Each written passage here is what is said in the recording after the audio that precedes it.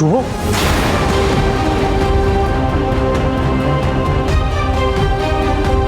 শুভ, কি রে শুভ? আরে কি ব্যাপারটা কি?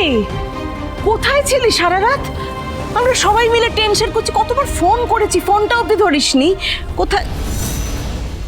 কিন্তু তুই একা কেন? আদি কোথায়? হ্যাঁ, কি হলো? কথার উত্তর দে। আদি কোথায়? শুভ, চুপ করে আছিস কেন? কি হয়েছে বল। কেসটা কি এমন মুখ করে আছে যেন কোনো ক্রাইম করে এসেছে? কি রে, কথা বলছিস না কেন? বল কি হয়েছে? আদি কোথায়? আদি তোর সাথে ফেরেনি?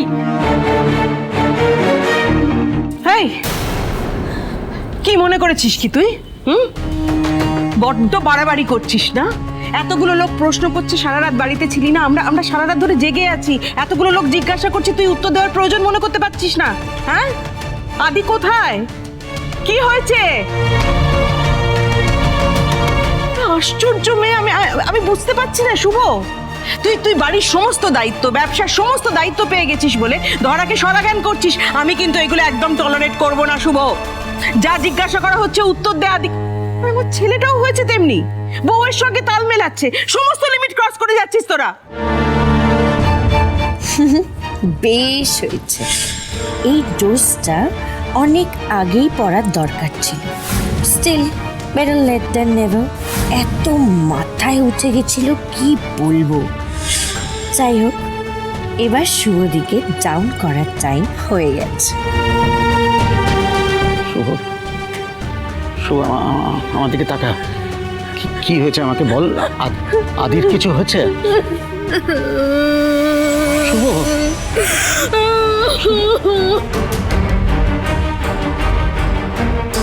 মেয়েটা এরকম কাঁদছে কেন?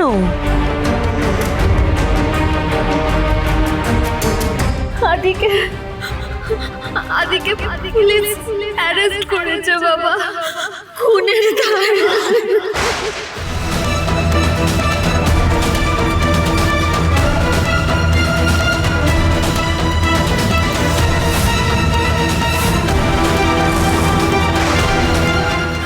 কি বলছিস কি তুই?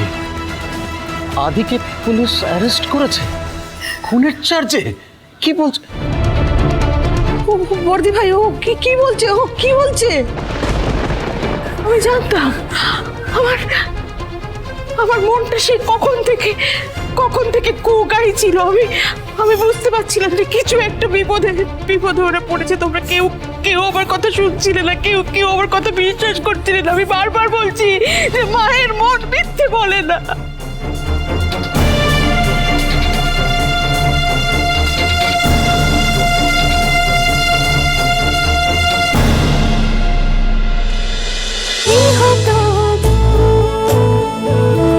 গৃহপ্রবেশ সোম থেকে রবি রাত 10টায় স্টার জলসায় ও জিও হটস্টারে।